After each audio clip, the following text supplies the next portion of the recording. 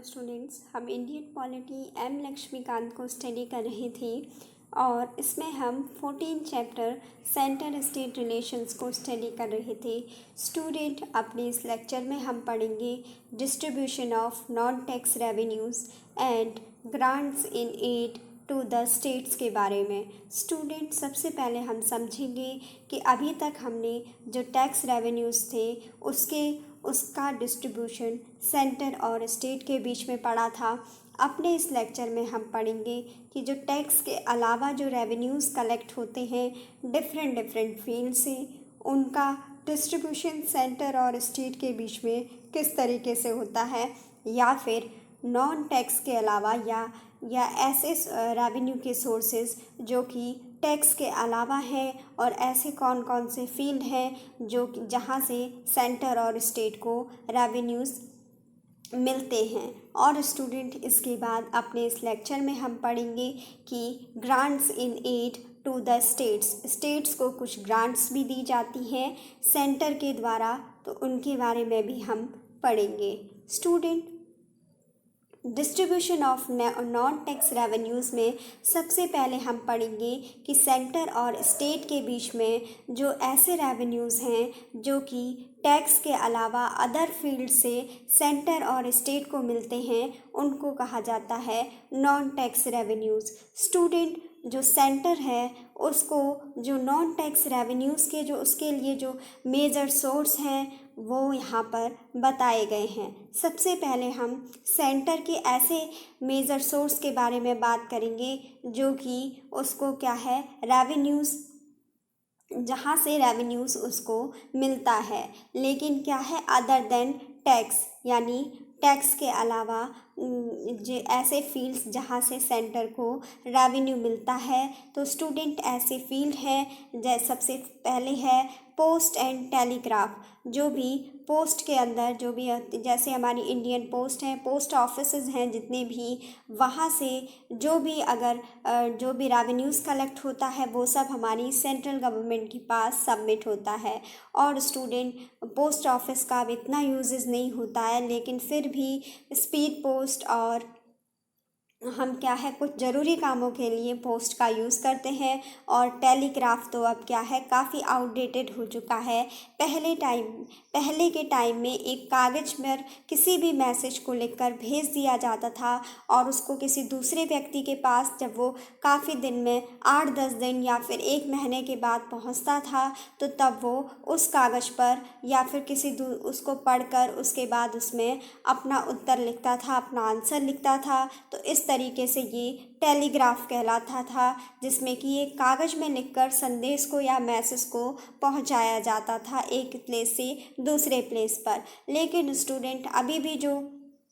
Post offices हैं उनका use basically जो हमारे रूरल एरियाज़ हैं वहाँ पर अभी भी किया जाता है, लेकिन बेसिकली इनका क्या है यूज़ अब काफ़ी कम हो गया है। स्टूडेंट, लेकिन अभी भी कुछ ऐसी जैसे कि सेविंग स्कीम्स वगैरह हैं जो कि इंडियन पोस्ट पेमेंट बैंक भी इसके लिए बनाया गया है, जैसे पोस्ट ऑफिसेज हैं तो वहाँ पर भी क्या है कुछ बचत खाते, कुछ टाइप की गवर्नमेंट के द्वारा ऐसी स्कीम्स रूरल एरियाज़ में निकाली जाती हैं कि वहाँ पर भी क्या किया जा सके, लोगों के द्वारा अपने पैसे को सेव किया जा सके। इसके लिए भी पोस्ट ऑफिसेज में काफ़ी स्कीम्स को गवर्नमेंट के द्वारा लाया जाता है। तो बेसिकली स्टूडेंट, इसका कहने का मीन्स ये है कि पोस्ट ऑफिसेस के थ्रू या टेलीग्राफ्स के थ्रू जितना भी जो रेवेन्यू का जनरेशन होता है वो सेंट्रल गवर्नमेंट का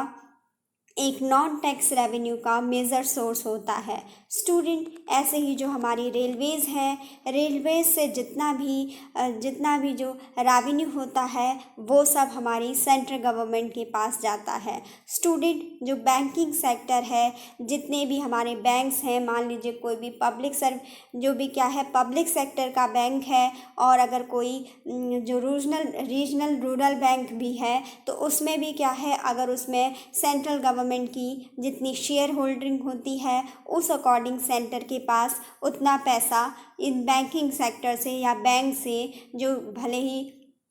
वो क्या हो, अगर वो स्टेट के अंदर भी है तब भी इन पर सेंट्रल गवर्नमेंट के द्वारा, सेंट्रल गवर्नमेंट का क्या है, यहाँ से जो रेवेन्यू डेवलप होता है वो सेंट्रल गवर्नमेंट के पास जाता है। और कोई भी अगर पब्लिक सेक्टर बैंक है तो उसका तो कम्प्लीटली पूरा जो रेवेन्यू जो भी जनरेट होता है वो सेंट्रल गवर्नमेंट का नॉन टैक्स रेवेन्यू का एक मेजर सोर्स होता है। स्टूडेंट, ऐसे ही जो बैंकिंग सर्विसेज होती हैं उन सब से भी जो रेवेन्यू कलेक्ट होता है वो भी सेंट्रल गवर्नमेंट की नॉन टैक्स रेवेन्यू का एक मेजर सोर्स होता है। स्टूडेंट, इसके बाद नेक्स्ट जो मेजर सोर्स है सेंट्रल गवर्नमेंट की नॉन टैक्स रेवेन्यूज़ का वो है ब्रॉडकास्टिंग। स्टूडेंट, चाहे टेलीविज़न का ब्रॉडकास्टिंग हो या फिर रेडियो सिग्नल्स की ब्रॉडकास्टिंग हो या फिर किसी भी प्रकार की जो स्पेक्ट्रम का जो एलोकेशन किया जाना है या टीवी चैनल्स में जो ब्रॉडकास्टिंग है, इसके लिए इससे जो भी रेवेन्यू का जनरेशन होता है वो सेंट्रल गवर्नमेंट के लिए एक उनकी नॉन टैक्स रेवेन्यू का मेजर सोर्स कहलाता है। और स्टूडेंट, साथ ही जो हमारी कॉइनेज एंड करेंसी है वहाँ से जो भी टैक्स का कलेक्शन होता है, स्टूडेंट जो भी रेवेन्यू का कलेक्शन होता है, बेसिकली हम यहाँ पर ये कहेंगे क्योंकि ये क्या है, नॉन टैक्स रेवेन्यूज़ की हम बात कर रहे हैं। तो जो भी रेवेन्यूज़ का जनरेशन होता है कॉइनेज एंड करेंसी से वो सब सेंट्रल गवर्नमेंट के पास जाता है और सेंट्रल गवर्नमेंट के लिए नॉन टैक्स रेवेन्यू का एक मेजर सोर्स बनता है। स्टूडेंट, ऐसे ही जो हमारी सेंट्रल पब्लिक सेक्टर इंटरप्राइजेज हैं, जैसे कि इसमें आती है स्टील अथॉरिटी ऑफ इंडिया, ठीक है, और इसमें सेल आती है, या फिर क्या है जो हमारी पावर ग्रिड कंपनी है, या फिर जो BHEL है, ये सब जो सेंट्रल पब्लिक सेक्टर की जो भी इंटरप्राइजेज हैं इनसे जो भी रेवेन्यू का जनरेशन होता है वो हमारी सेंट्रल गवर्नमेंट का जो नॉन टैक्स रेवेन्यू है उसका एक मेजर सोर्स होता है। स्टूडेंट, इसके बाद नेक्स्ट पॉइंट है कि estate and labs. Student, basically इसमें सेंट्रल गवर्नमेंट के द्वारा ऐसी प्रॉपर्टी के बारे में बात की जाती है। एस्टेट और लैब्स में बेसिकली एस्टेट में ऐसी प्रॉपर्टी की बात की जाती है कि जो क्या है, अगर किसी भी पर्सन की अगर डेथ हो जाती है या फिर उसका क्या है, उसका अगर कोई भी आयर नहीं है उस प्रॉपर्टी का और उस पर्सन की क्या हो जाती है, डेथ हो जाती है, मान लीजिए जिसकी वो प्रॉपर्टी थी, तो ऐसी प्रॉपर्टी जो कि क्या है किसी भी कंट्री में जो क्या है अनक्लेम है, बेसिकली अगर हम सेंट्रल गवर्नमेंट की बात करें तो वहाँ पर कोई ऐसी प्रॉपर्टी जो कि किसी के द्वारा क्लेम नहीं की गई है तो उसको किसके अंडर मान लिया जाता है, उसको सेंट्रल गवर्नमेंट के अंदर मान लिया जाता है। या वहाँ पर जो भी अथॉरिटी होती है, अगर मान लीजिए कोई वहाँ पर कोई ऐसा प्रोविंस है जहाँ पर किंग है तो वो मान लिया जाएगा कि वो किंग की प्रॉपर्टी है। ऐसे ही अगर गवर्नमेंट है तो उसको गवर्नमेंट की प्रॉपर्टी मान लिया जाएगा। तो स्टूडेंट, ऐसी प्रॉपर्टी जिसका कि क्या हो, उस प्रॉपर्टी पर किसी का भी क्लेम ना हो या फिर जो उस प्रॉपर्टी का जो ऑनर था उसकी डेथ हो गई हो और उसका कोई भी आयर ना हो, तो उस कंडीशन में ऐसी प्रॉपर्टी सेंट्रल गवर्नमेंट के पास चली जाएगी। और स्टूडेंट, बेसिकली जो लैप्स है उसका मीन्स ये है कि termination of rights through disuse और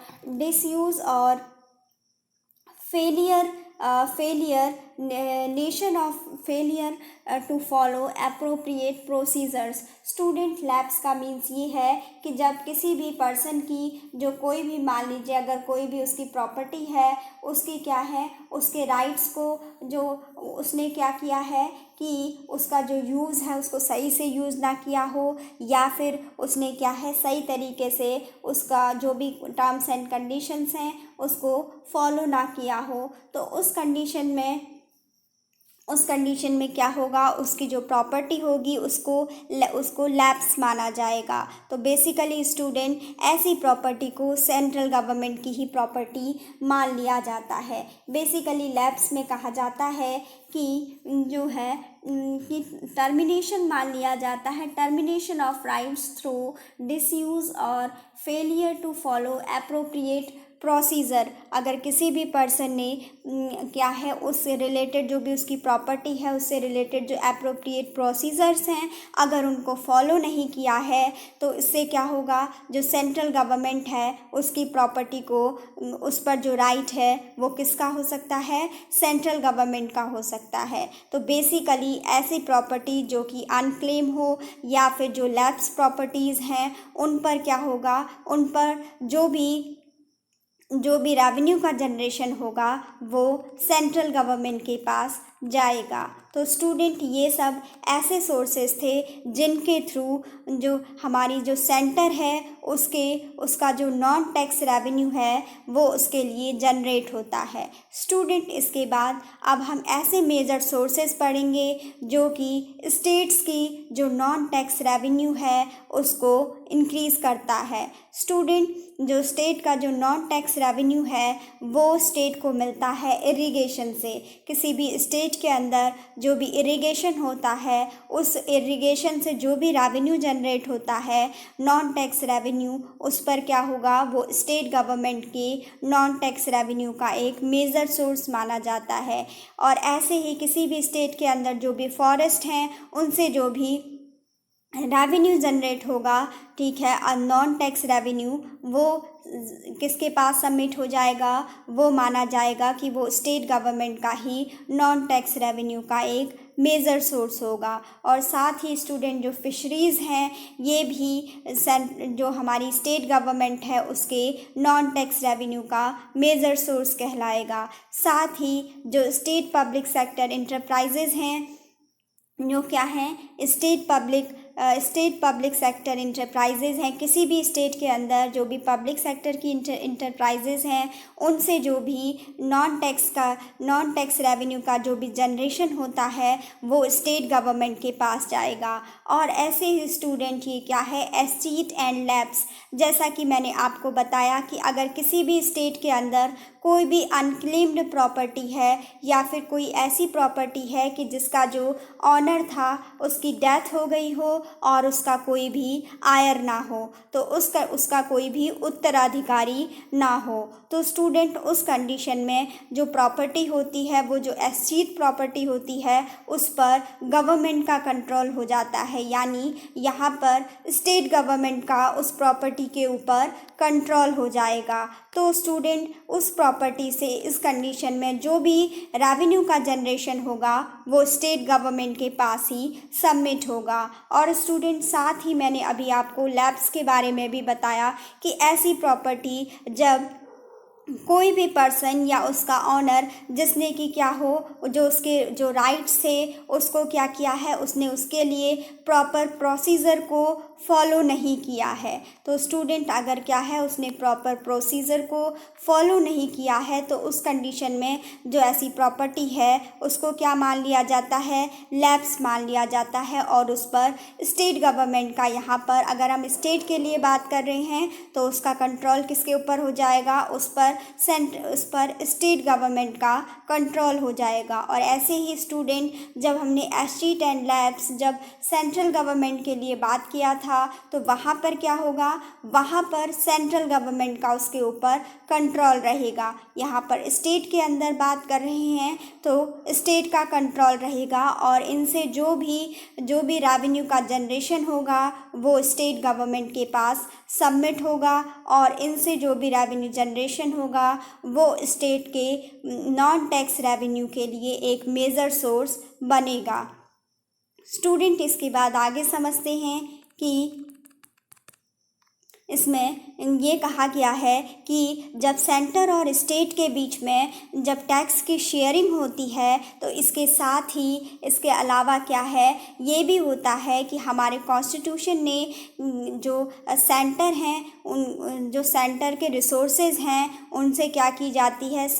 जो ग्रांट्स एंड एड हमारे स्टेट्स को प्रोवाइड कराई जाती है। स्टूडेंट ये जो grants and aid to the state है इसका मीन्स ये है कि अभी हमने पहले देखा कि सेंटर और स्टेट के बीच में टैक्स की शेयरिंग हुई। लेकिन इसके साथ ही क्या होगा, सेंटर और स्टेट के बीच में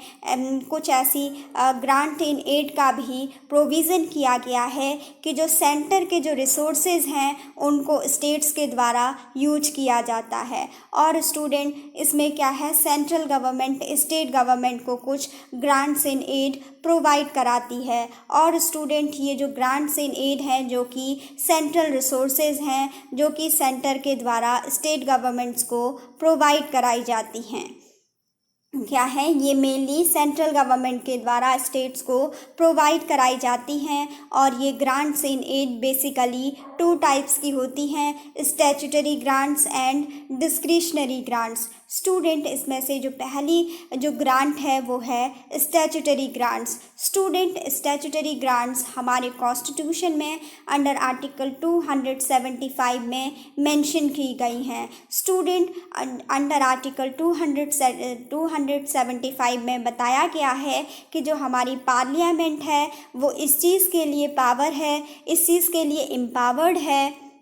हमारी पार्लियामेंट को इस चीज़ की अथॉरिटी है कि वो स्टेट्स के लिए क्या कर सकती है, किसी भी स्टेट के लिए जब उसको फाइनेंशियल असिस्टेंस की नीड है, जब उसको धन की नीड होती है, पैसे की ज़रूरत होती है, तो तब सेंट्रल गवर्नमेंट के द्वारा क्या किया जा सकता है, उसके लिए कोई भी ग्रांट्स पार्लियामेंट के द्वारा उसके लिए ग्रांट्स क्या की जा सकती हैं, उसको ग्रांट्स बनाई जा सकती हैं। और उस स्टेट को कि जिस स्टेट के पास जिस स्टेट को पैसे की ज़रूरत है उसको वो ग्रांट्स दी जा सकती हैं। और साथ ही स्टूडेंट ये आर्टिकल 275 में बताया गया है कि जो पार्लियामेंट है वो ऐसे किसी भी स्टेट के लिए प्रोविज़न बना सकती है जिसको कि फाइनेंशियल असिस्टेंस की नीड है। और ऐसा ज़रूरी नहीं है कि प्रत्येक स्टेट के लिए पार्लियामेंट के द्वारा ऐसा किया जाए। जो ये स्टैट्यूटरी ग्रांट्स हैं ये क्या हैं, पार्लियामेंट के उस पर बेसिस हैं कि अगर किसी भी स्टेट को क्या है उसको फाइनेंशियल असिस्टेंस की नीड है तो पार्लियामेंट के द्वारा उस कंडीशन में क्या किया जाएगा, उसके लिए ग्रांट्स को बनाया जाएगा, उसको ग्रांट्स को अवेलेबल कराया जाएगा। और साथ ही ये कहा गया है कि डिफरेंट स्टेट्स के लिए डिफरेंट जो पैसा है उसको फिक्स किया जा सकता है। ऐसा नहीं है कि सभी स्टेट्स के लिए सेंटर के द्वारा सेम अमाउंट में ग्रांट्स दी जाएगी, ऐसा कोई ज़रूरी नहीं बताया गया है। और साथ ही स्टूडेंट ये कहा गया है कि जो भी ग्रांट्स सेंटर के द्वारा दी जाएगी, जो कि पार्लियामेंट जिस चीज़ के लिए एम्पावर है ग्रांट्स को बनाने के लिए स्टेट के लिए, उसमें बताया गया है कि जो भी पैसा ये स्टेट्स को ग्रांट्स के रूप में दिया जाएगा वो कंसोलिडेटेड फंड ऑफ इंडिया से चार्ज होगा। प्रत्येक वर्ष उसको कंसोलिडेटेड फंड ऑफ इंडिया से उस पैसे को दिया जाएगा। स्टूडेंट इसके बाद बताया गया है कि ये तो हमने एक जनरल प्रोविज़न के बारे में पढ़ा कि अगर किसी भी स्टेट को फाइनेंशियल असिस्टेंस की नीड है, अगर उसको पैसे की ज़रूरत है तो हमारी पार्लियामेंट अंडर आर्टिकल 275 क्या है, किसी भी स्टेट के लिए उसके ज़रूरत के टाइम पर इस चीज़ के लिए एम्पावर है कि वो उसके लिए ग्रांट्स को बना सकती है और उसको पैसा दे सकती है ग्रांट्स इन एड के रूप में। स्टूडेंट लेकिन इसके साथ ही कुछ ऐसे स्पेसिफिक प्रोविज़न भी हमारे कॉन्स्टिट्यूशन में किए गए हैं कि जिसके थ्रू जो स्पेसिफिक ग्रांट्स हैं वो हमारी पार्लियामेंट के द्वारा प्रोवाइड कराए जाएंगे, सेंट्रल गवर्नमेंट के द्वारा प्रोवाइड कराए जाएंगे। जो भी हमारी शेड्यूल्ड ट्राइब हैं उनके वेलफेयर को प्रमोट करने के लिए किसी भी स्टेट के अंदर, और साथ ही जो भी क्या है, कोई भी अगर शेड्यूल्ड एरिया है वहाँ पर जो लेवल ऑफ एडमिनिस्ट्रेशन है उसको अच्छा बनाने के लिए, उसको इम्प्रूव करने के लिए वहाँ पर क्या किया जा सकता है, स्पेसिफिक ग्रांट्स भी दिए जाते हैं। और इसमें स्टेट ऑफ असम को भी इंक्लूड किया गया है। स्टूडेंट अभी हमने जनरल प्रोविज़न की बात की, लेकिन इसमें ये कहा गया है कि साथ ही जनरल प्रोविज़न के साथ ही हमारे कॉन्स्टिट्यूशन में कुछ स्पेसिफिक ग्रांट्स को भी स्टेट्स के लिए उनको उसके प्रोविज़न किए गए हैं। स्टूडेंट जो स्पेसिफिक ग्रांट्स हैं उसमें कहा जाता है कि जो भी किसी भी स्टेट के अंदर जो शेड्यूल्ड ट्राइब्स हैं उनके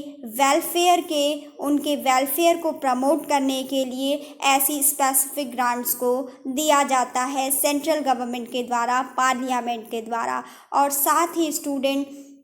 ऐसी स्पेसिफिक ग्रांट्स यूज़ की जाती हैं जो शेड्यूल्ड एरियाज़ हैं किसी भी स्टेट के अंदर, या फिर जो स्टेट ऑफ आसाम है, आसाम के अंदर अगर लेवल ऑफ एडमिनिस्ट्रेशन को रेज़ किया जाना है, उसको अच्छा बनाया जाना है, तो उसके लिए भी ये जो स्पेसिफिक ग्रांट्स हैं ये हमारी पार्लियामेंट के द्वारा बनाई जा सकती हैं और स्टेट गवर्नमेंट के द्वारा इनको दिया जा सकता है। स्टूडेंट जो ये स्टैट्यूटरी ग्रांट्स हैं अंडर आर्टिकल 275, इसमें जिसमें कि हमने पहली जो जनरल प्रोविज़न पढ़ा इन ग्रांट्स का, और फिर हमने दूसरा प्रोविज़न पढ़ा स्पेसिफिक प्रोविज़न, जिसमें कि शेड्यूल्ड ट्राइब्स के वेलफेयर को प्रमोट करने के लिए जो स्पेसिफिक ग्रांट्स दी गई। और अगर कोई भी ऐसा शेड्यूल्ड एरिया है वहाँ पर जो लेवल ऑफ एडमिनिस्ट्रेशन है उसको इम्प्रूव करने के लिए, उसको रेज़ करने के लिए,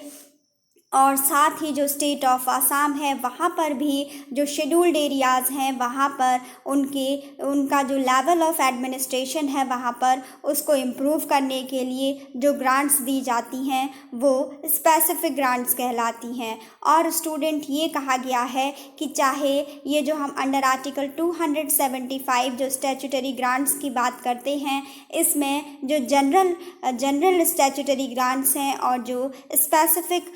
स्टैट्यूटरी ग्रांट्स हैं, दोनों ही टाइप्स की जो ग्रांट्स हैं उनको फाइनेंस कमीशन के रिकमेंडेशंस पर ही स्टेट्स को दिया जाएगा। स्टूडेंट इसके बाद हम जो दूसरे टाइप की जो ग्रांट्स इन एड है जो कि स्टेट को प्रोवाइड कराई जाती हैं पार्लियामेंट के द्वारा, जिनको कि क्या है ऐसी जो ग्रांट्स हैं वो हैं डिस्क्रिशनरी ग्रांट्स। स्टूडेंट जो डिस्क्रिशनरी ग्रांट्स हैं उनके बारे में प्रोविज़न को हमारे कॉन्स्टिट्यूशन के आर्टिकल 282 में मेंशन किया गया है। स्टूडेंट जो आर्टिकल 282 है उसमें बताया गया है कि सेंटर और स्टेट दोनों ही किसी भी पब्लिक पर्पस के लिए ग्रांट्स को बना सकते हैं, ग्रांट्स को दे सकते हैं। साथ ही स्टूडेंट इसमें ये कहा गया है कि सेंटर और स्टेट क्या हैं, अपने अकॉर्डिंग अपनी इच्छा से किसी भी पब्लिक पर्पज पर जो ग्रांट्स हैं उनको क्या कर सकते हैं, ग्रांट्स को बना सकते हैं। और कोई ऐसा सब्जेक्ट भी हो सकता है जो कि स्टेट्स या सेंटर के क्या हो लेजिस्लेटिव कॉम्पिटेंस में ना आता हो, वो उसके जो कोई भी ऐसा मैटर जिस पर कि हमारी स्टेट का जो लेजिस्लेशन करने का राइट ना हो या फिर सेंट्रल का लेजिस्लेशन करने का राइट ना हो, तब भी उस कंडीशन में भी जो स्टेट और जो सेंट्रल गवर्नमेंट हैं वो किसी भी पब्लिक पर्पज़ के मैटर पर ग्रांट्स को बना सकती हैं और ग्रांट्स को दे सकती हैं। ऐसी ग्रांट्स डिस्क्रिशनरी ग्रांट्स कहलाती हैं, जिनको कि हमारे कॉन्स्टिट्यूशन के आर्टिकल 282 में मेंशन किया गया है। स्टूडेंट जो आर्टिकल 282 है उसमें बताया गया है कि सेंटर बेसिकली स्टूडेंट जब हम डिस्क्रिशनरी ग्रांट्स की बात करते हैं इसमें ये कहा गया है कि सेंटर और स्टेट्स दोनों ही ग्रांट्स दे सकते हैं किसी भी पब्लिक पर्पज के लिए। और साथ ही ऐसा कोई भी मैटर जिसमें कि स्टेट लेजिस्लेचर को रूल बनाने का, लॉ फॉर्मेशन करने का राइट नहीं है, उस मैटर पर भी अगर वो पब्लिक पर्पज का है तो स्टेट गवर्नमेंट और सेंट्रल गवर्नमेंट को राइट है कि वो ग्रांट्स को अपने अकॉर्डिंग बना सकते हैं। और साथ ही स्टूडेंट इसमें कहा गया है कि बेसिकली जब हम डिस्क्रिशनरी ग्रांट्स की बात करते हैं तो जो सेंटर है वो जनरली स्टेट्स के लिए ग्रांट्स को बनाता है और सेंटर स्टेट को ग्रांट्स प्रोवाइड कराता है। स्टूडेंट, जो ये ग्रांट्स हैं ये डिस्क्रिशनरी ग्रांट्स इसलिए भी कहलाती हैं क्योंकि सेंटर इनके लिए क्या है, सेंटर इन ग्रांट्स को स्टेट्स को प्रोवाइड कराने के लिए सेंटर की कोई ऑब्लिगेशन नहीं होती है, सेंटर के ऊपर कोई भी बाध्यता नहीं होती है। और ये जो ग्रांट्स होती हैं ये क्या हैं, टोटली सेंटर के अपनी डिस्क्रिशन पर डिपेंड करती हैं। अगर सेंटर चाहे तो वो स्टेट्स को दे सकता है। स्टूडेंट, जो ये डिस्क्रिशनरी ग्रांट्स हैं इनके बेसिकली क्या है, टू टाइप्स के पर्पसेस हैं। स्टूडेंट, इसमें बताया गया है कि जो पहला पर्पस है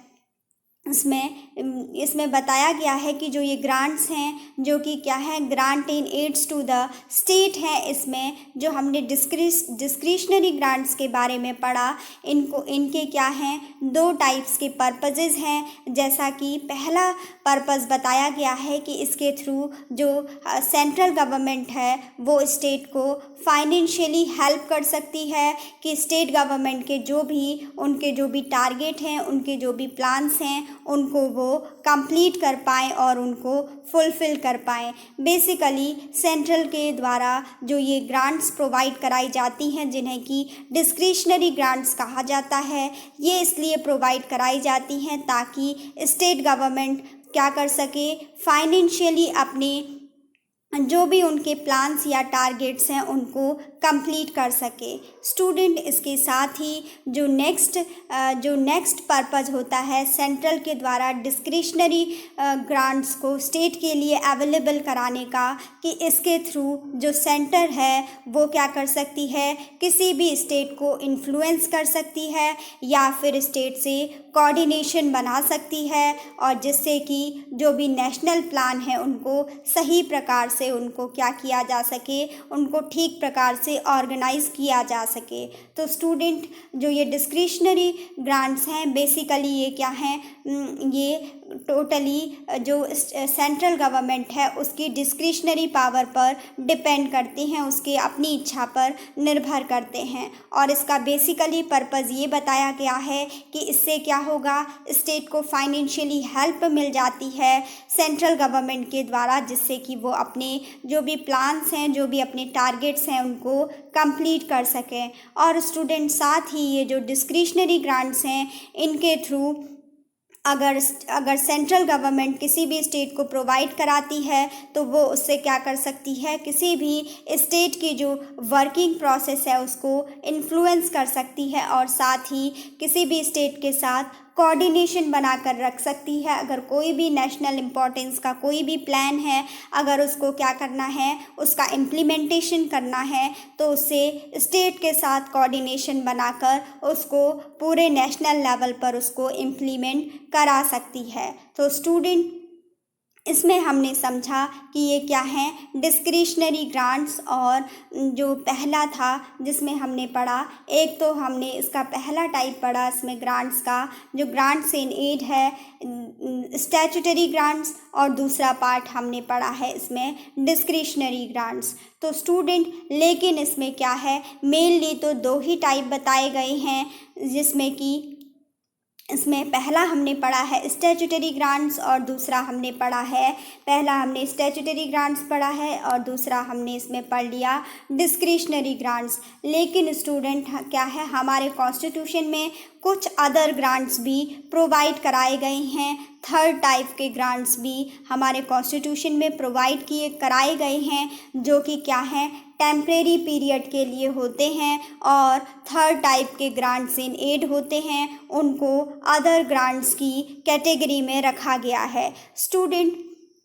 जो हमारे जो स्टेट्स हैं, स्टेट ऑफ आसाम है, स्टेट ऑफ बिहार है, स्टेट ऑफ उड़ीसा और स्टेट ऑफ वेस्ट बंगाल है, यहाँ पर जो भी जूट का प्रोडक्शन होता था, जब हमारा कॉन्स्टिट्यूशन बना था तो उस टाइम पर कुछ ऐसे प्रोविज़न हमारे कॉन्स्टिट्यूशन में बनाए गए थे कि जो आसाम, बिहार, उड़ीसा और वेस्ट बंगाल से जो भी जूट होता है, जूट का जो भी प्रोडक्शन होता है, तो जूट के प्रोडक्शन में और जो भी जूट के प्रोडक्ट का जो भी एक्सपोर्ट होता है उसमें क्या किया जाए, जो भी उसकी एक्सपोर्ट ड्यूटीज़ हैं उसमें उनको कुछ ग्रांट्स प्रोवाइड कराई जाएँ। तो स्टूडेंट ऐसी जो भी ग्रांट्स थी ये टेम्परेरी ग्रांट कहलाती हैं और स्टूडेंट इनको अदर ग्रांट्स कहा जाता है। स्टूडेंट इन ग्रांट्स को उस टाइम पर जब हमारे कॉन्स्टिट्यूशन का कमेंसमेंट किया गया था ये कहा गया था कि इनको जो क्या है 10 इयर्स के टाइम पीरियड के लिए इनको क्या किया जाएगा, इन ग्रांट्स को इन 4 स्टेट्स को प्रोवाइड कराया जाएगा, जहां पर कि इनमें क्या हो रहा था, जूट से बने जो भी प्रोडक्ट का जो भी एक्सपोर्ट हो रहा था उनके लिए इन 4 स्टेट्स को असम, बिहार, उड़ीसा और वेस्ट बंगाल को ग्रांट्स प्रोवाइड कराई जा रही थी सेंट्रल गवर्नमेंट के द्वारा। और स्टूडेंट ये कहा गया था कि ये जो ग्रांट्स हैं ये टेम्परेरी होंगी और इनको जब से हमारा कॉन्स्टिट्यूशन कमेंस हुआ था उसके 10 साल के पीरियड तक इनको दिया जाएगा। स्टूडेंट ये जो ग्रांट्स हैं ये कहा जाता है कि इनको भी कंसोलिडेटेड फंड ऑफ इंडिया से ही चार्ज किया जाता है। और साथ ही स्टूडेंट ये जो स्टेट के लिए सेंटर के द्वारा ये जो अदर ग्रांट्स हैं, जो ये टेम्परेरी ग्रांट्स हैं जो कि 3rd टाइप की ग्रांट इन एड हैं, इनका जो रिकमेंडेशन है वो फाइनेंस कमीशन की रिकमेंडेशंस पर ही इनको सेंट्रल गवर्नमेंट के द्वारा स्टेट्स को दिया जाता है। तो स्टूडेंट यहाँ पर हमने अपने इस लेक्चर में हमने समझा, सबसे पहले हमने समझा कि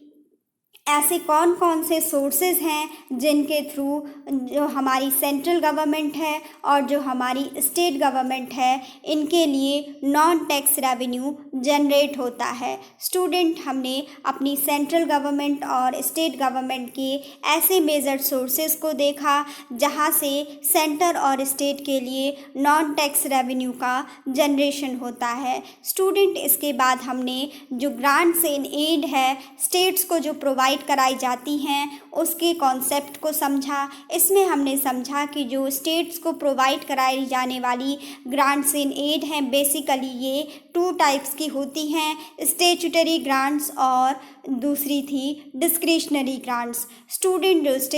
जो स्टैट्यूटरी ग्रांट्स है उसको हमने आर्टिकल 275 में स्टडी किया और उसके बाद हमने डिस्क्रिशनरी ग्रांट्स को समझा जिसको कि आर्टिकल 282 हमारे कॉन्स्टिट्यूशन में दिया गया है। स्टूडेंट फिर हमने पढ़ा कि इनके साथ ही इन डिस्क्रिशनरी और